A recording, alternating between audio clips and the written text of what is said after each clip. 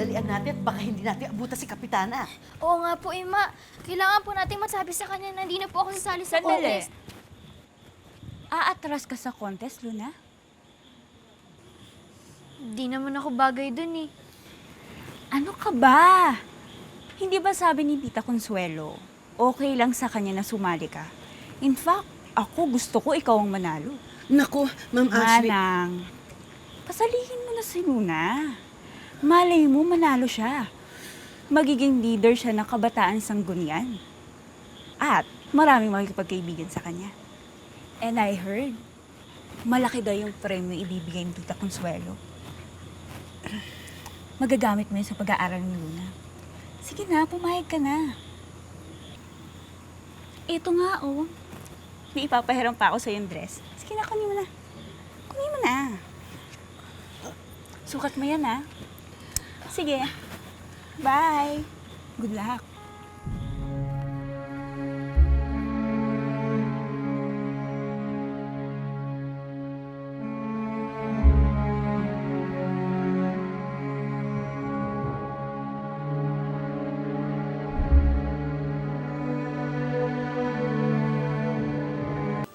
Ang ganda na ng anak ko. Talaga naman, oo. Ima, kinakabahan po ako. Paano po kung pagdawan na naman nila ako? Anak, kaya mo yan. Di ba palagi mong kinakwento sa akin na ikaw ang palaging nagpapalakas ng loob ng ate mo noon? Ayoko nga sana sumali. Pero gusto ko rin matulungan si nanay. Basta, ikaw ang mananalo! Bagay na bagay sa'yo, ate. Ang ganda-ganda mo. Mamaya, papalakpakan kita ng malakas na malakas. Ima, siguro nga po tama kayo. Hindi po ako dapat magpadala sa kahinaan ko.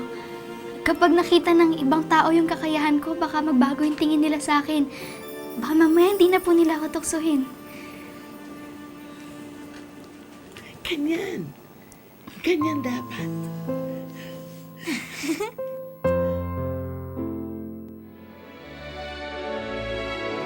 Oo. Ka masyado. Kaya tayo. Uy, pre, dito ka pala.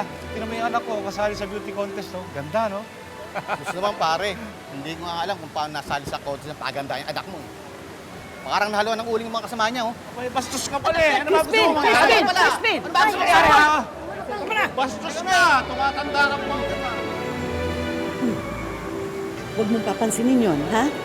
Naiinggit lang siya kasi wala siyang anak na kasing ganda mo at kasing bait mo. Ha? Huwag mong pasinin, ha? Huwag mong pasinin, ha?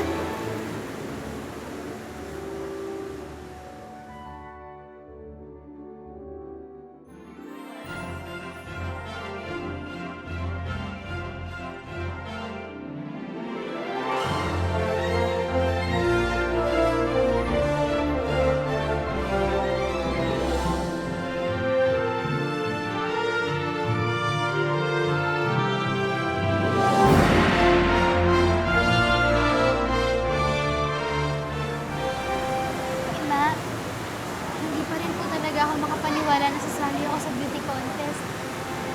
Gagalingan ko po talaga para po manalo ako.